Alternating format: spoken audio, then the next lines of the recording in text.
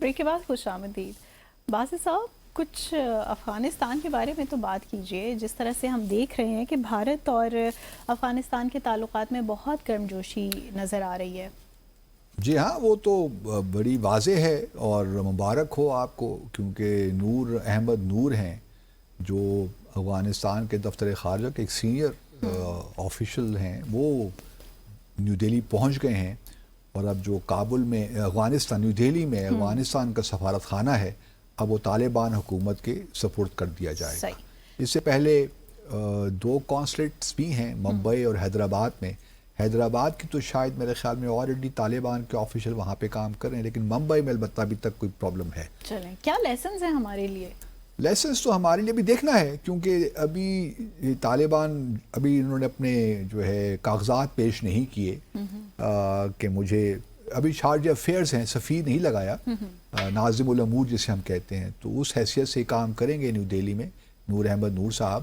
دیکھنا یہ بھی ہے کہ کیا بھارت اس سفارت خانے کو اجازت دیتا ہے کہ جو طالبان کی حکومت نے افغانستان کا جو جھنڈا ہے اپروو کیا ہے اس نئی حکومت نے، وہ لہرانے دیتے ہیں کہ نہیں دیتے. کیونکہ ابھی تک نیو دہلی میں افغانستان کے سفارت خانے پہ جو جھنڈا ہے وہ پرانا جھنڈا ہے. گراؤنڈ تو بڑا سیٹ ہے. گراؤنڈ سیٹ ہے. پاکستان نے تو الاؤ کر دیا. ہمارے اسلام آباد میں تو ہم نے طالبان کو جھنڈا لہرانے کی اجازت دے دی، کیونکہ ہمارے تعلقات تو سفیر لیول پہ بھی ہو گئے ہیں نا، تو یہ بھی ذرا فرق ہے. آپ کی بات سن لی ہے؟ شاید ابھی تک شاید اس طرح نہیں سنی جس طرح میں چاہتا ہوں، لیکن پھر اور بھی کس طرح سے کہیں نہ چاہتے ہیں کہیں باسط کچھ نہ صاحب؟ کچھ اثر ہو ہی جاتا ہے. ہم غریب کی کچھ ہماری باتوں کا بھی.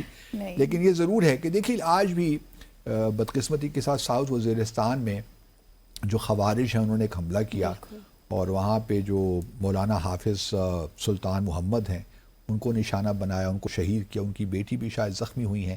اللہ تعالیٰ ان کو اپنی حفاظت میں رکھے اور صحت دے. لیکن یہ ہے کہ خوارج جو ہیں وہ ڈٹرمنڈ ہیں کہ پاکستان کو ہم نے ڈی اسٹیبلائز کرنا ہے. اب یہ ایک ایسا معاملہ ہے جس کا ہمارے پاس جواب تو ہے، لیکن طریقہ کار جو ہم نے شاید اڈاپٹ کر رکھا ہے، میں ابھی بھی یہی سمجھتا ہوں ایمانداری کے ساتھ کہ اس کو تھوڑا سا ری وزٹ کرنے کی ضرورت ہے. دیکھیے بھارت تو پورا فائدہ اٹھائے گا اس ساری صورتحال سے، اس سے تو ہم کوئی خیر کی توقع نہیں رکھ سکتے.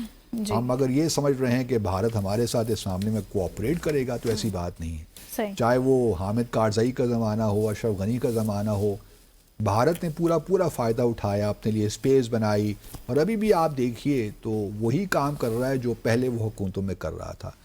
طالبان سے ہمیں یہ امید نہیں تھی، طالبان سے ہم بڑی توقعات تھیں ہماری، لیکن یہ بات بھی ضرور ہے کہ طالبان کی بھی کچھ توقعات ہم پہ تھیں جو شاید ہم بھی پوری نہیں کر سکے. اور ابھی ہم نے جو پچھلی ایک پریس کانفرنس میں دیکھ رہا تھا، جس قسم کی پوزیشنز ہم نے لی ہیں وہ بھی مناسب نہیں ہے. میں ابھی بھی یہ سمجھتا ہوں کہ تھوڑا سا پبلک اسٹیٹمنٹس جو ہیں نا ان کو ایوائڈ کیا جائے. اس قسم کی high octane public statements do not serve diplomacy well in my view.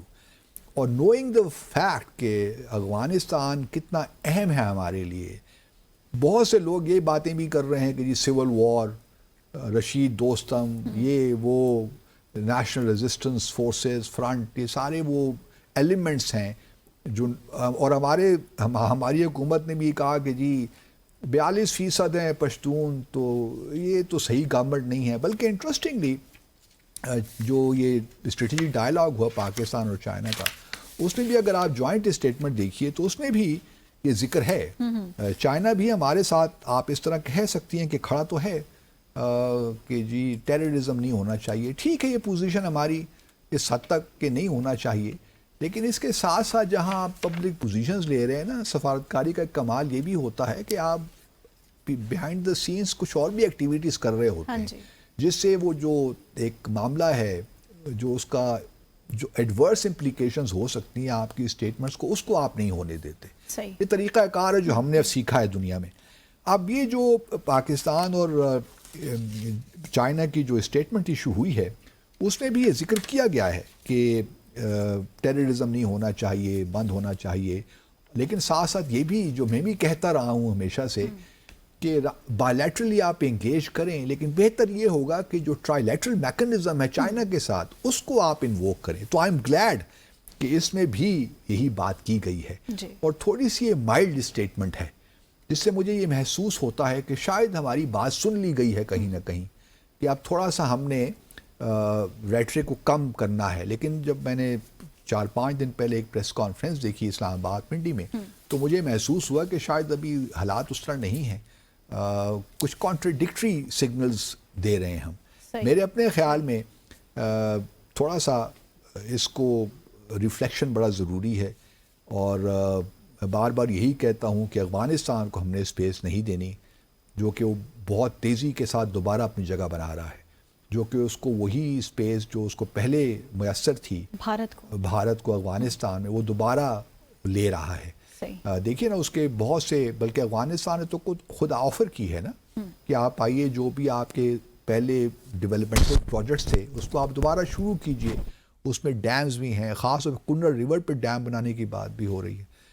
تو یہ سارے وہ ایشوز ہیں جس پہ ہمیں سنجیدگی کے ساتھ غور و فکر کرنا چاہیے، کیونکہ یہ ہمارے حق میں نہیں ہے میں سمجھتا ہوں. کیونکہ پھر ہمارے جو ایڈجسٹنٹ پروونسز ہیں، بلوچستان، کے پی، وہاں پہلے بھی جو ہماری انٹرنل سچویشن ہے خاص طور پہ کے پی کے کانٹیکس میں، وہ بھی کوئی زیادہ اچھی نہیں ہے. تو یہ ساری چیزوں کو ہمیں سامنے رکھ کے اپنی افغانستان پالیسی کو ترتیب دینا چاہیے. حال ہی میں 2-3 دن پہلے وزارت خارجہ میں ایک اجلاس بھی ہوا، کچھ وائس کو ہی بلایا ہوا تھا.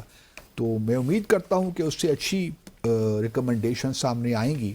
وہ پبلک میں تو نہیں، بٹ جہاں بھی وہ اسٹیک ہولڈرز کے ساتھ شیئر ہونی چاہیے وہ ہوں گی، تاکہ ایک مربوط پالیسی ہمارے سامنے آئے.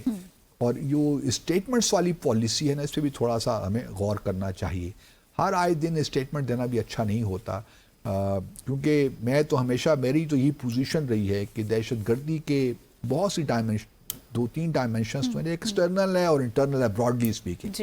تو ٹھیک ہے ایکسٹرنل آپ جو آپ کرنا چاہتے ہیں آپ کیجئے، لیکن انٹرنلی بھی جو لوپ ہولز ہیں، گیپس ہیں، ان کو بھی پلگ کرنے کی ضرورت ہے. اس کے بغیر معاملات نہیں چلیں گے آگے. جو آپ چاہتے ہیں کہ خوارج کے ساتھ آپ ڈیل کریں، ان کو ڈیسیمیٹ کریں، وہ اس وقت تک آپ کی ایفرٹ کامیاب نہیں ہوگی جب تک آپ مربوط طریقے سے، کوہیرنٹ طریقے سے ایکسٹرنل اور انٹرنل دونوں ڈائمنشنز پہ پیریلل کام نہیں کریں. یہ ایک طرفہ کام نہیں ہو سکتا. اسی ضمن میں ہمارے پاس کتنا وقت رہ گیا ہے؟ ابھی ہے تھوڑا سا. اچھا ہمارے دیکھیے ایک اسی کانٹیکس میں بات کرنا چاہتا ہوں، کیونکہ بھارت تو چلی جو ہے کر رہا ہے. ہمارے ایک ناظر ہیں دیکھنے والے، راشد محمود صاحب، دبئی میں ہوتے ہیں، تو انہوں نے ایک سوال ہمیں بھجوایا ہے، اور میں اسی طرف اشارہ کر رہا تھا. ان کا بھی یہی کہنا ہے کہ جی انٹرنلی تو ہم جو ہے، انہوں نے انٹرنل پولیٹیکل جو سچویشن ہے اس بارے میں بات کی ہے اور کہا ہے کہ جی یہ جو حالات ہیں کوئی اتنے اچھے نہیں ہیں. میں چونکہ ہم یہاں پہ ڈومیسٹک ایشوز پہ زیادہ فوکس نہیں کرتے، ہمارا پروگرام ہم فارن افیئرس کی بات کرتے ہیں، انٹرنیشنل ریلیشنز کی بات کرتے ہیں، تو اس لیے میں ان کی اس بات سے تو اتفاق کرتا ہوں راشد محمود صاحب کی، کہ فارن پالیسی کو آپ ڈومیسٹک ایشوز سے سیپریٹ نہیں کر سکتے. اگر ایک ملک ودن اندر خلفشار کا شکار ہے، وہاں ہیجان کسی کیفیت ہے، تو آپ یہ توقع نہیں رکھ سکتے کہ پاکستان اس ملک کی فارن پالیسی بڑی اسٹرانگ ہو یا وہ ڈیلیور کر پائے. یہ ہو نہیں سکتا. دونوں چیزیں انٹر لنکڈ ہیں.